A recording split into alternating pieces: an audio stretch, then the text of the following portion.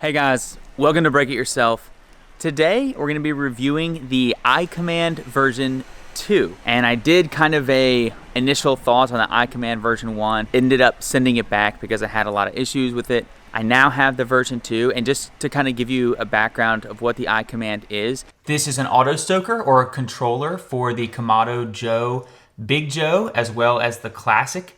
You have temperature probes that attach, one for like your grill temperature, and then up to 3 more that would go into meat. And so the idea is that this little gadget, when power is supplied, will keep the grill at a desired temperature and cook the food that you want. But I know on the first version, I had a lot of connectivity issues and other people didn't have those issues at all. So take this with a grain of salt. Also, something I forgot to say, I want to say it now. They are making updates to this device fairly regularly, trying to actually correct some of the issues that I talk about in the video.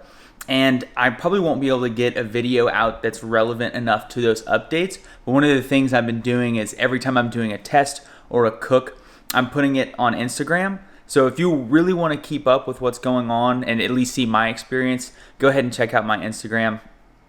If not, just know that this video is current as of February 28th, 2019. The good about this is that they redesigned it and they tried to shield some of the internal components from heat, and they added this little like flap right here.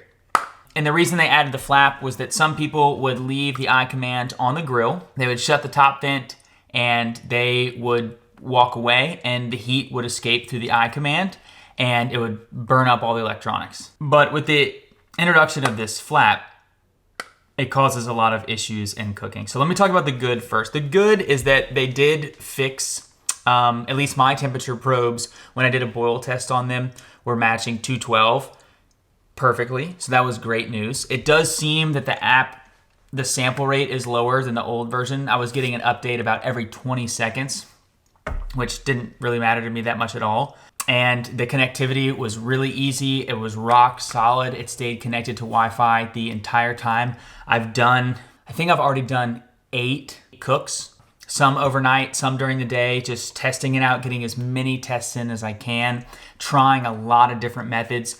But on the first few cooks, I had it set up the way they suggested. So I had this installed on the grill. On the lower vent, I had the upper vent open about 1 centimeter, which is what was suggested to me by Kamado Joe when I contacted them. This thing just overshoots temperature big time and then plummets past the temperature and just keeps doing that wave pattern. My analysis of this is, one, the PID settings of the little computer that's responding to the temperature and controlling the fan was just, too aggressive, I guess. So that is encouraging that those things could be tuned out in software. The other thing that concerns me is that this little flap, essentially when it shuts, when the fan is off, you have no airflow going into the Kamado Joe from the bottom vent.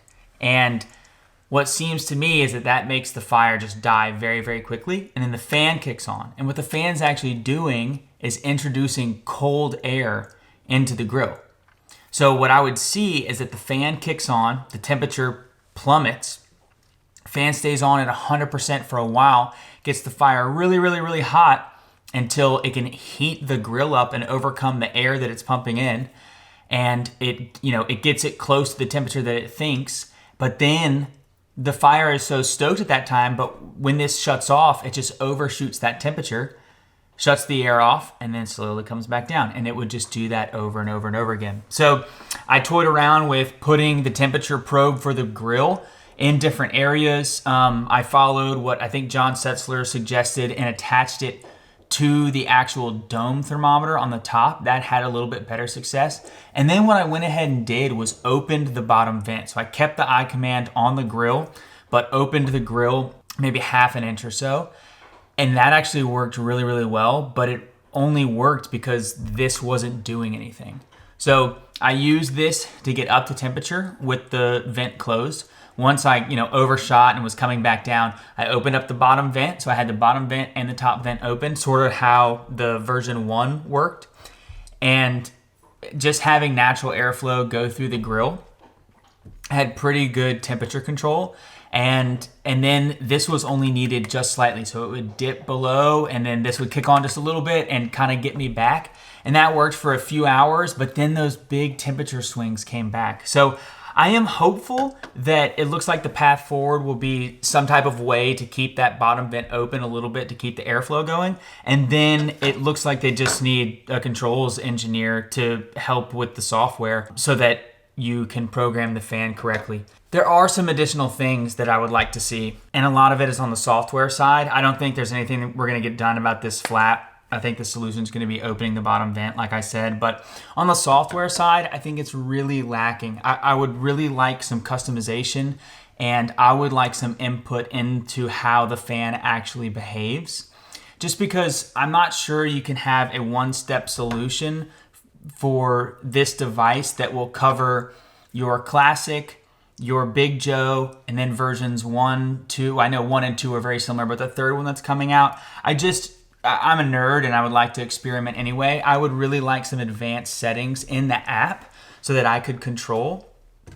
I also would really like to be able to see certain things in the app, like the temperatures at certain times.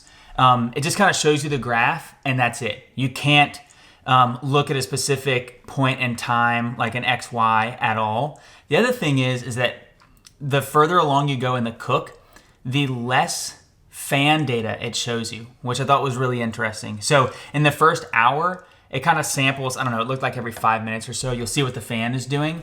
But then as you get into like hour 6 or 7, it kind of is only showing a fan update like once an hour or so. So that's just a personal preference. I would like to see more of what the fan is actually doing. And then, like I said, some customizable settings around how the fan actually behaves, just so you can tune it for your personal situation. I know some people use ash baskets, some people do not. All these little things will probably end up making a difference. Like once you get the hyperbolic insert, for instance, and if you're gonna put the pit probe or the grill probe in a different location, right?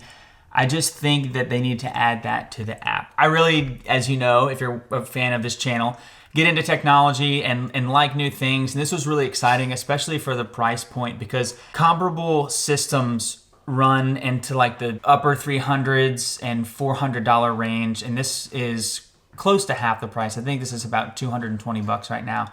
I do think it has a long way to go, unfortunately. Hopefully they correct these things, like I said, with the software and give us some good instructions going forward on how to remedy this. But for now, this is not gonna give you that really perfect, stable temperature that we're all kind of hoping for that other systems can achieve. If you've got this version 2 and you're having different experiences, please let me know. If I'm wrong about anything, by all means, call me out on it. So right now, I'm just calling it like I see it. I don't think the iCommand version 2 is ready for prime time. They've got a ways to go to get this right so that we really get that rock solid temperature that we're all kind of hoping for and that other systems actually can offer. I will try to keep this updated and do another video as they make adjustments. But if you follow my Instagram, I pretty much Instagram all my cooks and have been Instagramming all the tests that I've been doing on this. So if you're interested in keeping up with that, you can just check out the link in the description and follow me there. Hope you found this video helpful if you're in the market for the iCommand version 2. As always, don't forget to thumbs me up. Thanks so much for watching Break It Yourself, and we'll see you next time.